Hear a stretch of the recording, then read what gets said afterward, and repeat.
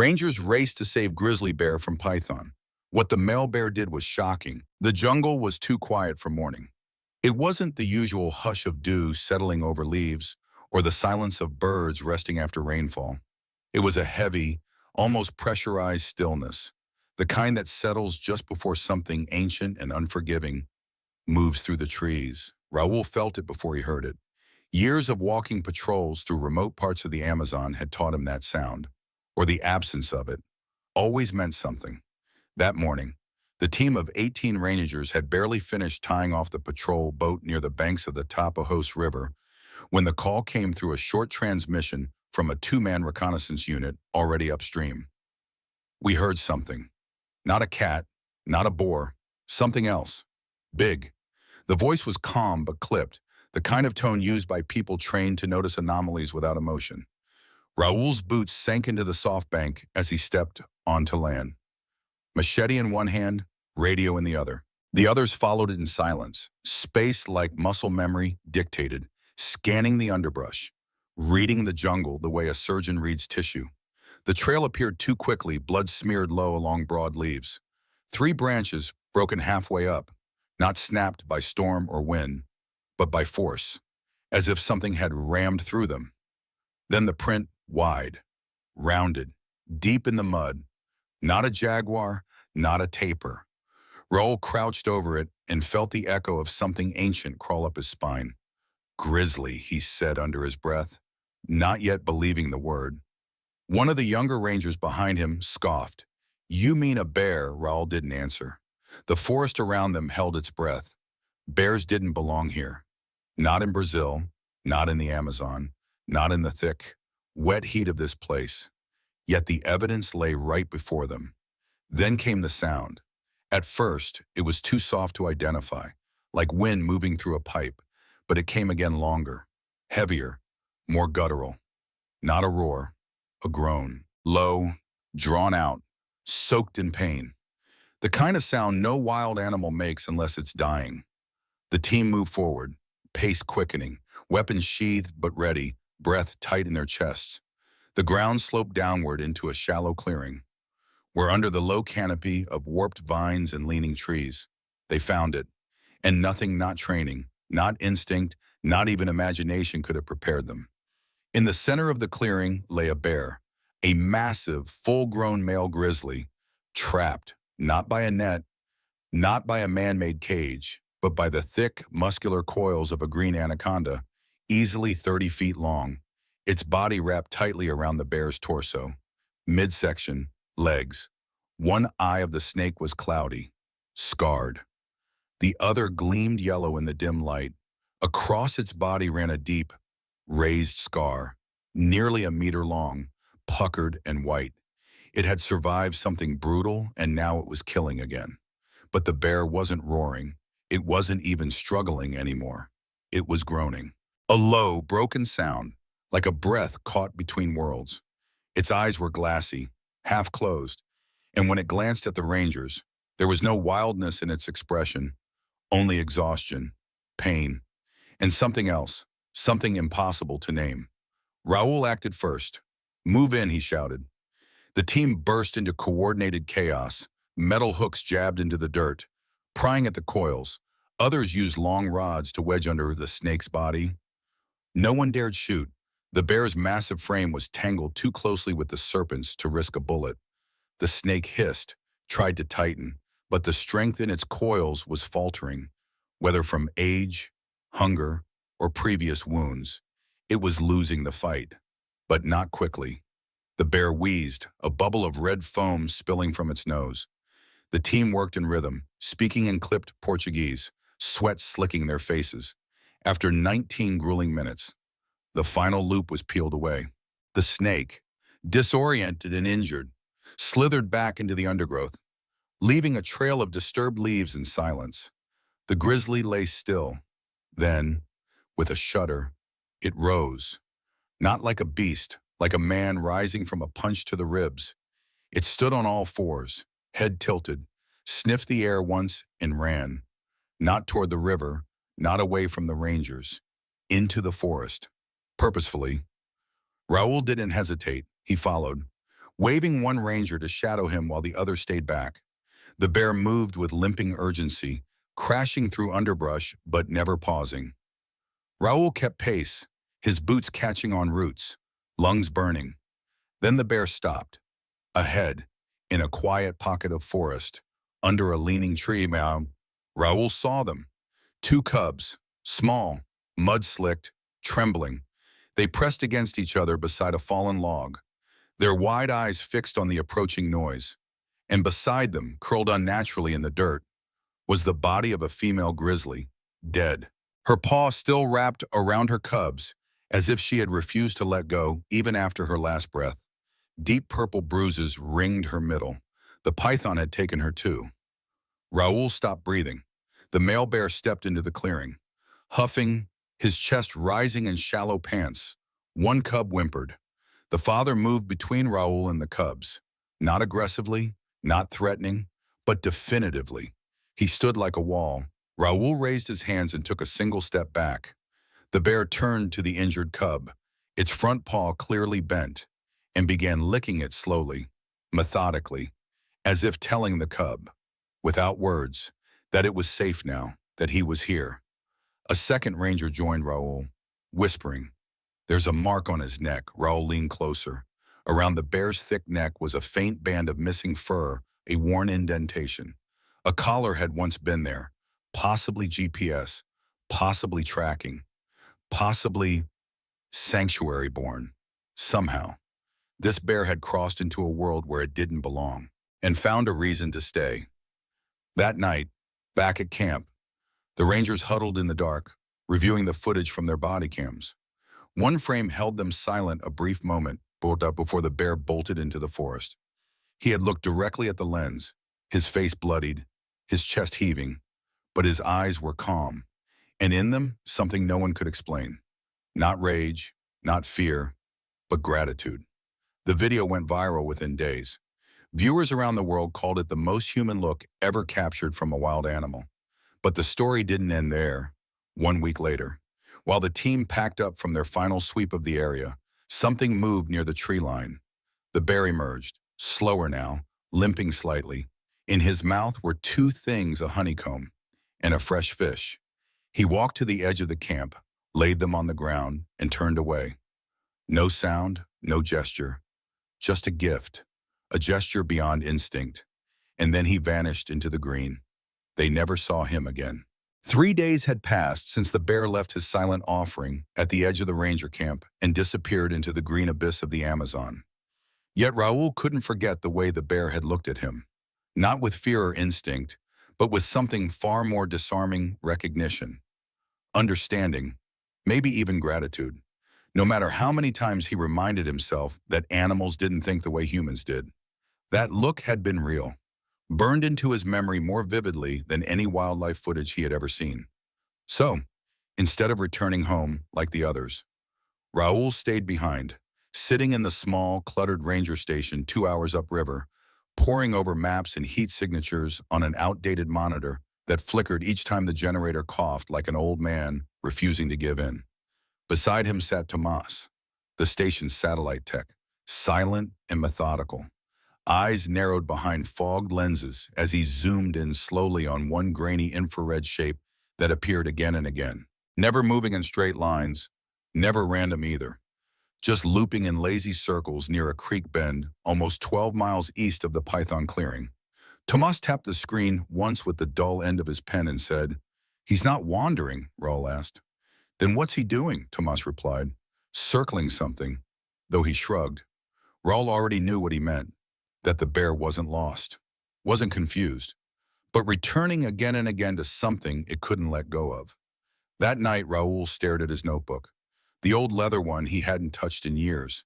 He started writing again. Not field notes for the department, but something raw, something personal, something he couldn't quite name. When he reached the part about the bear's scar, the newer one on its flank. Not the faint ring from the tracking collar, but the deep, rough one near the ribs. His hand paused, because that wound didn't come from a python. It was too clean, too sharp, almost like claws except larger than any jaguar or known predator in these forests. Suddenly he felt cold despite the humid heat pressing in from the jungle beyond the station walls. The next morning, he told no one and returned alone to the place where the female had died, where the cubs had shivered beneath her lifeless arms, though the forest had begun to reclaim the clearing, with leaves carpeting the ground and moss threading up the fallen log. Raoul found something new: claw marks, deep and vertical, scored high into the trunk of a ceiba tree 10 feet off the ground. Not scratchings of territory, not bear marks either, but desperate grooves as if something had tried to escape upward. Embedded in the bark was a single coarse hair, longer and lighter than the male's. That made Raoul's breath hitch because it had to be hers, the mother's. She had tried to climb, to flee, or maybe to draw something away from the cubs. Raoul's thoughts spiraled. Not about the python anymore, but about something else. Something that had come before it or after.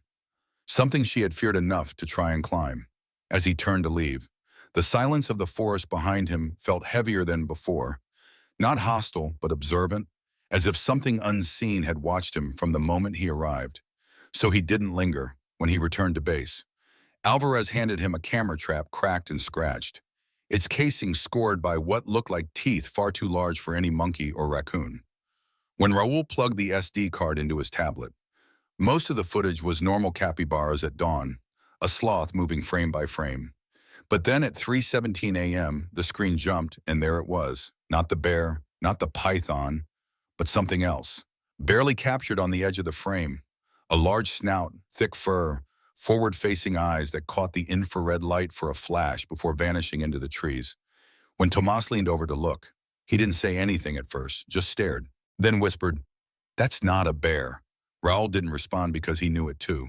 Not from science or memory, but from instinct. A shape that didn't belong. Something too deliberate, too silent, too aware. Over the next 2 days, 3 more camera traps disappeared. 1 found shredded, 2 never recovered, though no one was ready to say it aloud. Every man in camp started carrying a sidearm, not for poachers, not for cats, but for something they couldn't name. Then one night, Raoul made a choice, packed a sat phone, a thermal scope, a pocket knife, returned to the spot alone where the bear had last been seen circling, an overgrown stretch of abandoned logging road covered in vines and dense fog. He stayed there under a tarp of branches, unmoving, listening, waiting.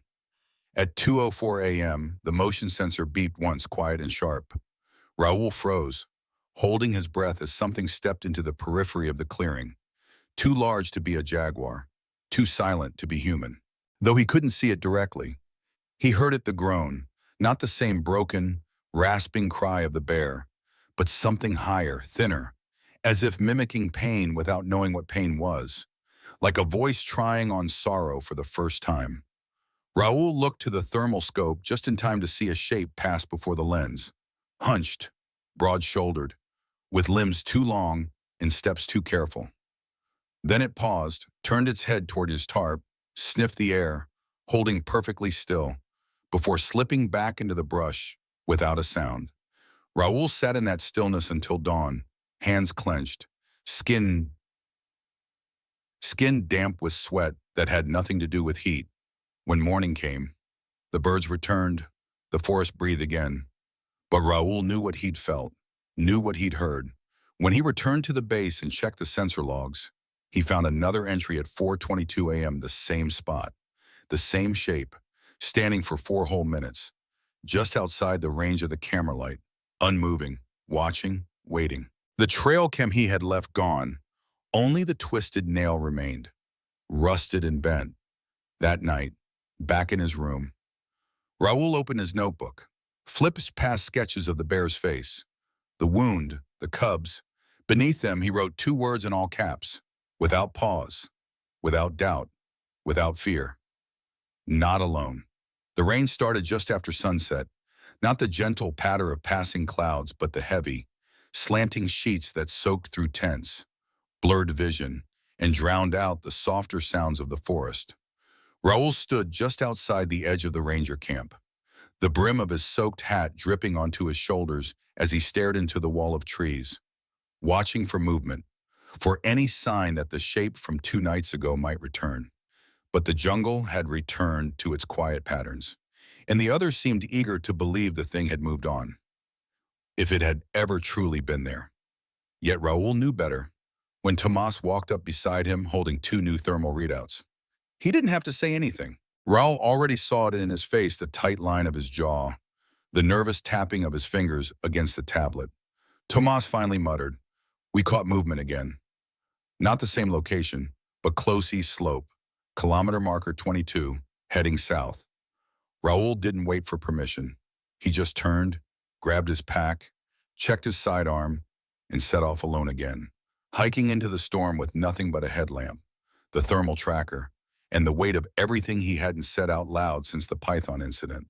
As he moved, the ground turned to soft mud beneath his boots, every step pulling like the jungle wanted to hold him back, slow him down. The darkness closed around him like breath, thick and hard to escape. Still, he pressed forward, because he had to know where the bear had gone, had to know if the cubs were still alive, if they were still circling some invisible perimeter the way the father had. When he reached the old slope trail, barely more than a memory overgrown with vines and rot, he found what he hadn't expected: tracks, fresh and small. Not the heavy pads of the adult grizzly, but lighter, softer, still forming. Raoul dropped to one knee, wiping away the top layer of wet leaf matter, and found not one but two distinct sets of cub prints, side by side, uneven in pattern like one had a limp. The moment his heart surged with cautious hope, he caught the scent, faint but unmistakable. Bear musk, wet fur, recent. Suddenly the storm didn't matter. The darkness didn't matter. Because they were alive. Both of them. Out here, moving together. Maybe lost. Maybe looking for their father. As Raoul followed the tracks further downhill, the trail twisted past an old ravine, one he knew well from his first year in the region, and something in his memory flared. Stories from the locals, whispered warnings about that gorge, about a place the animals avoided without reason, where frogs didn't croak and monkeys never lingered. Now here, in the middle of the rain.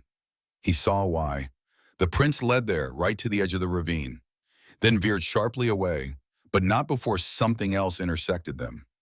Larger prints, not bear, not feline, long and wide with claws that dragged, as if the thing that left them walked wrong, leaned heavy, or wasn't meant to walk upright. Raoul felt his breath catch again. The prints weren't fresh, but they were real, and deep, and old enough that the rain hadn't erased them yet. Then he heard it, not close, not far, but above, like something exhaled from the canopy itself, a wheezing rasp that echoed not in his ears but in his chest. He turned without thinking, flashlight slicing through the downpour, but saw nothing, just vines and dripping leaves and trees swaying under the weight of water. Then a flash of movement, not ahead, but behind, small, quick, gone in an instant. Raoul's instincts kicked in. Not fear, not yet, but the kind of edge his father used to say separates rangers from the jungle, knowing when to follow and when to stop. So Raoul stopped, crouched low, shut off the light, listened, not with ears, but with his bones. The sound came again, fainter this time, like soft feet moving through wet leaves. When he turned on the thermal scope, there it was, two small heat signatures, huddled under a fallen log 15 meters downslope. Still, shaking, one slightly dimmer than the other. Raoul's chest tightened with something that felt like relief laced with dread, because they were here, but they weren't alone. As he edged forward, slowly, whispering, "Hey, easy now, I'm here to help." He caught a third heat source just beyond the cubs, larger, colder, moving unnaturally. His voice died in his throat. The shape didn't match anything he'd ever seen before. Tall but hunched, limbs bent wrong. The moment it stepped forward, the cubs bolted in opposite directions, one yelping sharply. The thing moved too, but not toward them, toward him. Raoul fell backward in the mud, drew his weapon, fired once into the dark, not to hit, but to make noise. It worked. Whatever it was retreated instantly, vanishing into brush like smoke blown out by wind. The cubs kept running, one circling wide toward the tree line, the other disappearing behind a rise. Raoul scrambled to his feet, heart pounding in his ears. Every nerve lit up. He shouted, "It's okay."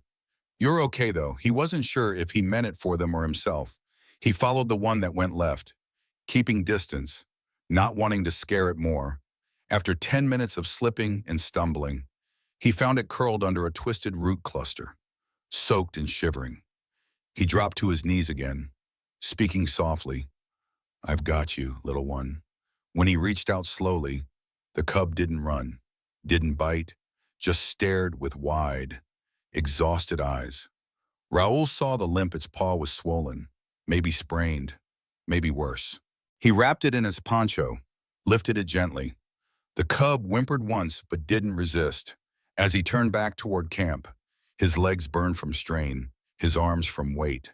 But he didn't stop, didn't rest, not until he reached the edge of the ranger lights again. The others came running, shouting questions, but Raoul only said, "One's safe," the other ran west. Something scared them, something big. As they examined the cub, cleaned its paw, wrapped it in heat blankets, Raoul looked to the tree line again and thought of the shape he saw, the sound it made, the way it moved. When Tomas asked if it was the father bear, Raoul shook his head slowly and said, "No, it wasn't him. It wasn't even close." Deep in his gut, where reason gave way to instinct, Raoul knew that whatever had been tracking the cubs, it wasn't hunting for food, it was hunting for something else, something older. He realized with a chill that the circle the bear had drawn, the looped pattern over the map, hadn't been about memory or grief. It had been a boundary, a warning, a cage, not to keep himself in, but to keep something else out. And now that he was gone, the line had been crossed. The cage opened, and the thing that had once stayed on the other side was no longer waiting. The morning after they recovered the injured cub, the camp fell into a kind of uneasy silence, the kind where everyone knew something was wrong, but no one wanted to be the first to say it. Raoul, standing beside the makeshift medical tent where the cub now slept wrapped in an insulated thermal wrap, knew that the stillness wasn't just about the storm or the wound or the missing sibling. It was about the invisible thing that had come out of the forest the night before, the thing that had stepped into the clearing, moved toward him, and vanished like a shadow slipping back under the bed. The worst part wasn't that they didn't know what it was. The worst part was that it knew exactly what they were, where they were, and that they weren't ready. Not even close. While Tomas checked the data logs again and Alvarez tried contacting headquarters with spotty reception, Raoul returned to the ravine alone, the same ravine the cubs had skirted days before, where claw marks had once etched into the trees and strange prints appeared only to be erased by the rain. He climbed down the edge with his boots sinking into the wet slope, each step sliding, each breath shallower than the one before, until he reached the floor. Then he stopped, because this time the prints were back, clear and deep, but not just in the mud, in the stone, as if whatever had moved through here hadn't just walked over the earth but pressed into it with a weight that didn't match any known animal. Raoul bent down, ran his fingers across the grooves, realizing the claw marks were too far apart to belong to any quadruped. They were set like a man's feet, like something that walked on two legs, but broader, heavier. That was when he saw the sap, thick and black, leaking slowly from a gash in the nearby tree. It smelled wrong, not like resin or rot, but like metal and sulfur, like something wounded had touched it. Behind him the force shifted, not loud, just subtly, like a lung inhaling. Raoul turned fast but saw nothing. Still he could feel it watching, the same sensation he had felt 2 nights ago beneath the tarp. His instinct screamed for him to run, to turn back, but something deeper told him to hold his ground, to understand, to see it fully. That moment didn't come until he stood at the edge of an overhang, looked down, and saw what the father bear had likely discovered first. A sinkhole, narrow and jagged, hidden behind thick moss and roots, with claw marks leading into it, not out of it, and bones, small bones, snapped and scattered just beneath the entry. Not human, not whole, just enough to say something had died there. Maybe multiple things. Raoul didn't go in. Not yet. He just stared and whispered, "Is this what you were circling?" The wind didn't answer, but it shifted, cool and sudden, like breath from below. He turned and climbed out, heart hammering, boots scraping stone. By the time he returned to camp, the others had started preparing to move the cub upriver to the veterinary outpost. Raoul told them to wait, said the missing cub might come back. When Tomas asked why he was shaking, Raoul said only, "Because I found the reason the bear stayed, and we're standing too close to it." He didn't explain further because he couldn't yet, not until he had proof.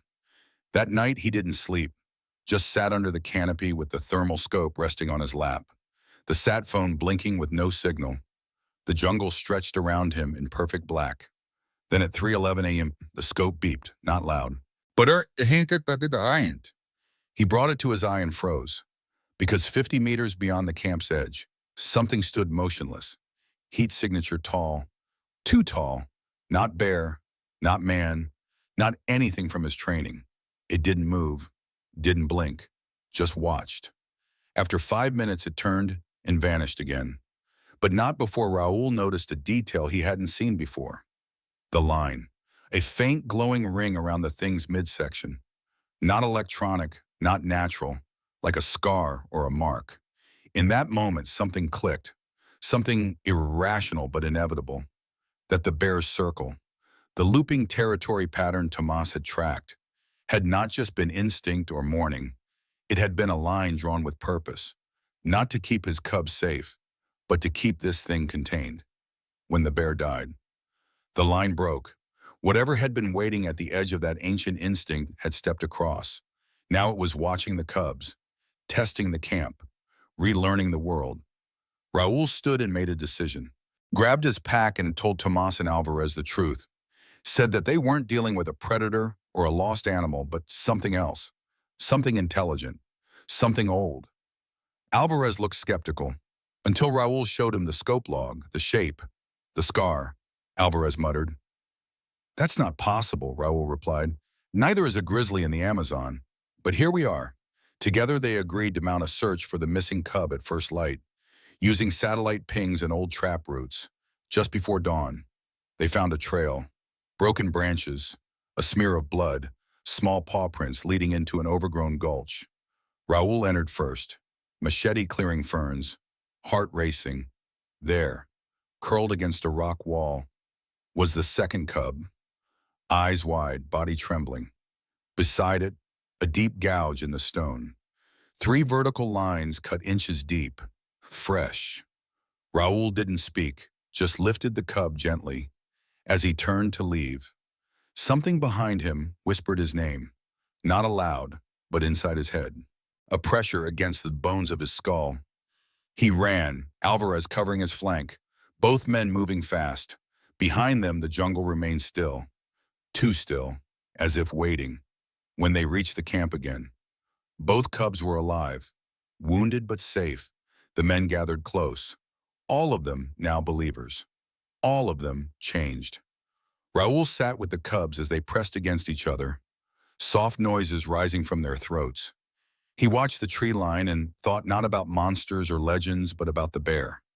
The father who had stayed until his breath gave out. Not for territory or instinct, but because he had known, somehow, that something had been contained.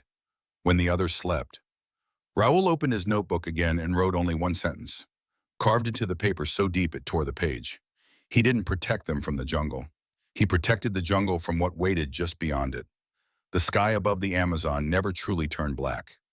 Not even at midnight, not even in storm. But tonight it felt darker than Raoul had ever seen it, like the weight of everything that had happened was pressing down from the canopy itself.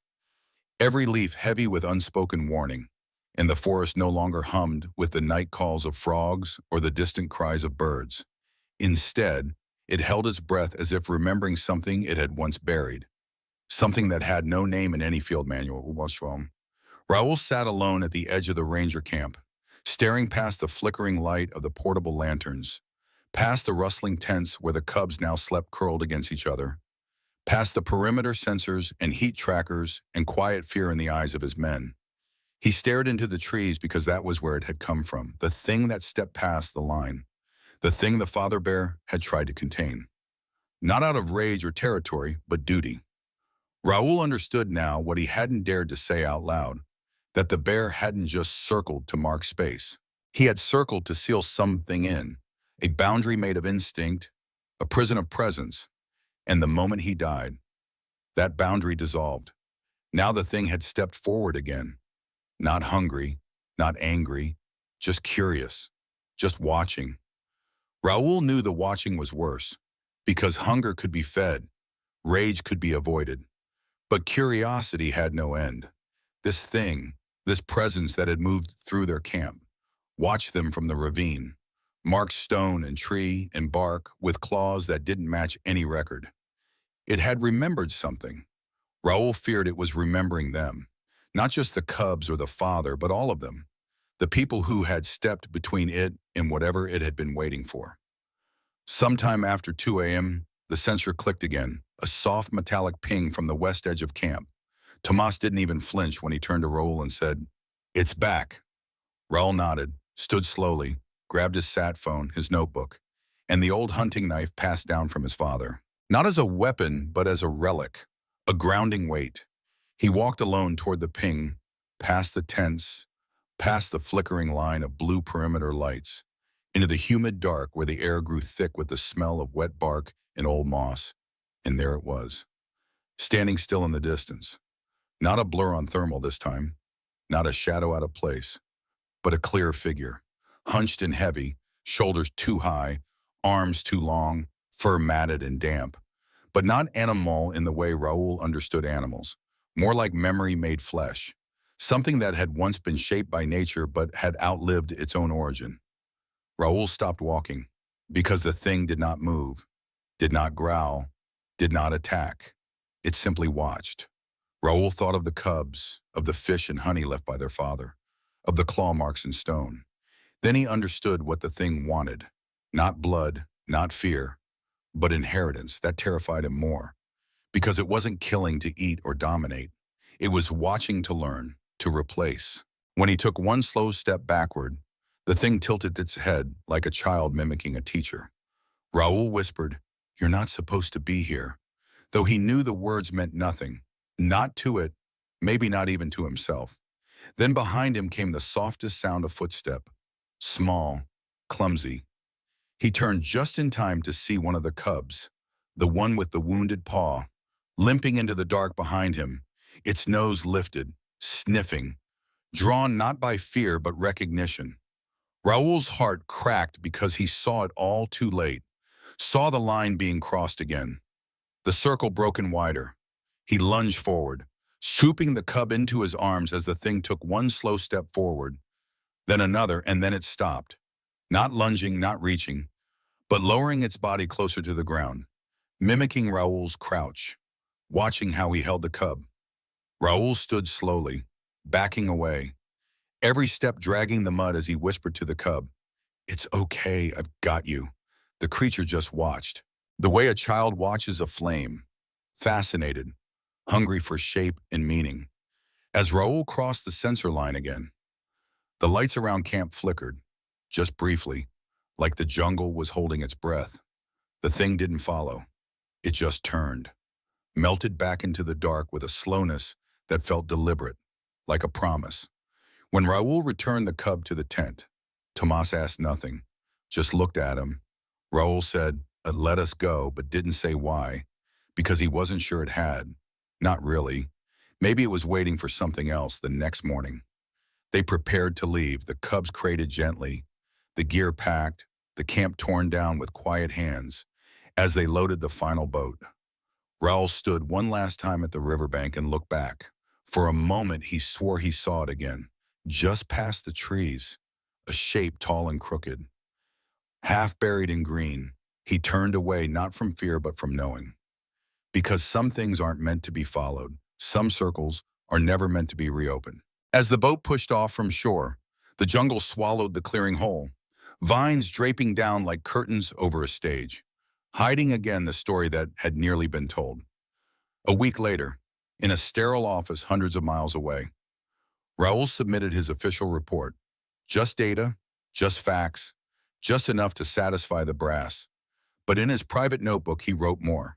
He wrote about the scar on the bear's back, the claw marks in stone, the sinkhole full of bone, the sound of something breathing without lungs. At the bottom of the final page, he drew a circle, not closed, not perfect, just open on one side. Beneath it, he wrote, he wasn't fighting for survival, he was holding the door shut, and now it's open.